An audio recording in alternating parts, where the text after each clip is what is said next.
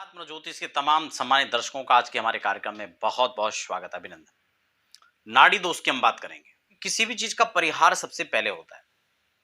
आज हम खैर परिहार पर ज्यादा नहीं, हम उपाय पर बात करेंगे कि नाड़ी दोष है तो उपाय क्या होना चाहिए, सीधा और सटीक उपाय। आगे हम लोग कार्यक्रम को शुरुआत करें इससे पहले चैनल पर नए हैं तो आप चैनल को सब्सक्राइब जरूर कर लें और फिर बढ़ते हैं हम आगे कार्यक्रम में, देखते हैं और समझते हैं। नाड़ी दोष के परिहार के लिए जहां बताया गया है, दिवाकर पंचांग जो 150 वर्ष लगभग जो है अपना ये प्रसारित कर रहा है, इन्होंने यहाँ पे बहुत अच्छी चीजें कुछ परिहार के रूप में दी है। देखो ये तो मैं आपको पहले भी इस सूत्र को बता चुका हूँ। ये सूत्र इन्होंने यहाँ पे लिखा है, नाड़ी दोषस्तु विप्राणाम, यानी विप्र वर्ण वालों के लिए नाड़ी दोष है। वर्ण दोषस्तु क्षत्रिय गण दोषस्तु वैशेषु येनु दोषस्तु पादजान। ठीक है ना, ये सूत्र आपको पहले बता चुका हूं। लेकिन यहां पर कहा कि कन्या और वर की एक राशि हो, ये सूत्र मैं आपको पहले बता चुका हूं, परंतु नक्षत्र अलग हो तो यह भी उसका एक कैंसिलेशन है। हालांकि इन चीजों को समझने से पहले एक चीज और भी आप समझ लें कि नाड़ी दोष है और कुंडली में इन सब चीजों को इफेक्ट करने वाली क्या क्या चीजें हैं, उसको इस नाड़ी दोष के समक्ष रख करके तब हमें तुलनात्मक अध्ययन करना चाहिए। उसके बाद वर कन्या दोनों का एक ही नक्षत्र हो परंतु उनकी राशियां भिन्न होनी चाहिए, तो भी इसका कैंसिलेशन बनता है। ये विचारणीय है, ठीक है ना।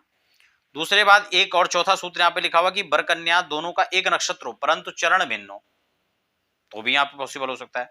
नाड़ी दोष ब्राह्मणों के लिए और वर्ण दोष क्षत्रियों के लिए, चौथा जो सूत्र आपको बता रहा था। गण दोष वैसे के लिए तथा योनि दोष शूद्रों के लिए यहाँ पर विचारणीय है। जबकि ये चीजें अलग अलग, हमें हर चीज का एक अपना महत्व है, उस पर अलग अलग विचार भी करना चाहिए। ठीक है, ये सूत्र यहां पर बता दिया। लेकिन आज जब हम बात उपाय की कर रहे हैं तो तब इसका सटीक उपाय क्या होना चाहिए। हालांकि मैं आपको फिर एक बार बता देता हूं कि उपाय जब भी हम किसी को देखें, क्योंकि एक सामान्य रूप से किसी भी चीज का उपाय, भाई बुखार के लिए पैरासीटामोल है, एक सीधा सा हो गया। लेकिन किस चीज में उनको क्या क्या चीज और उसमें मिलाकर देनी है, उसके लिए उसकी स्थिति पर निर्भर करता है। डॉक्टर उस हिसाब से आपको सजेस्ट करता है। इसीलिए आपको आपकी राशि, आपकी नक्षत्र, दोनों की कुंडलियों पर क्या क्या चीजें आपको रेमेडीज वहां पर सुझाव करना चाहिए, वो चीज एक अलग हो जाता है। लेकिन यहाँ पर जब हम इसके उपाय की बात करते हैं तो देखिए बहुत अच्छा उपाय यहाँ पर लिखा है, काष्ठाष्टके मिथुनम गो मिथुनम प्रदेयम कांस्यम स्वरूपम नवपंचमम चौ नाड्याम सुवर्णान नमथो सुधेनुम।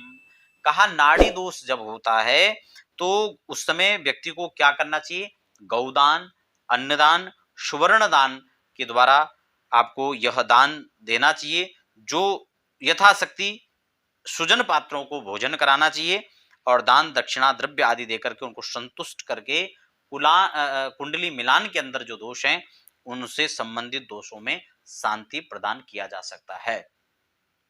लेकिन कुछ स्थितियों में ऐसा होता है कि नाड़ी दोष बहुत प्रमुख दोष है। आपने देखा होगा कि 36 गुणों में सबसे ज्यादा जो गुण है वो नाड़ी को ही प्राप्त है। इसलिए नाड़ी को इग्नोर नहीं किया जा सकता, नाड़ी को प्रमुख रूप से उस पर विचार करना चाहिए और फिर उसके दोष को समझ करके उससे संबंधित उपाय हमें करना चाहिए।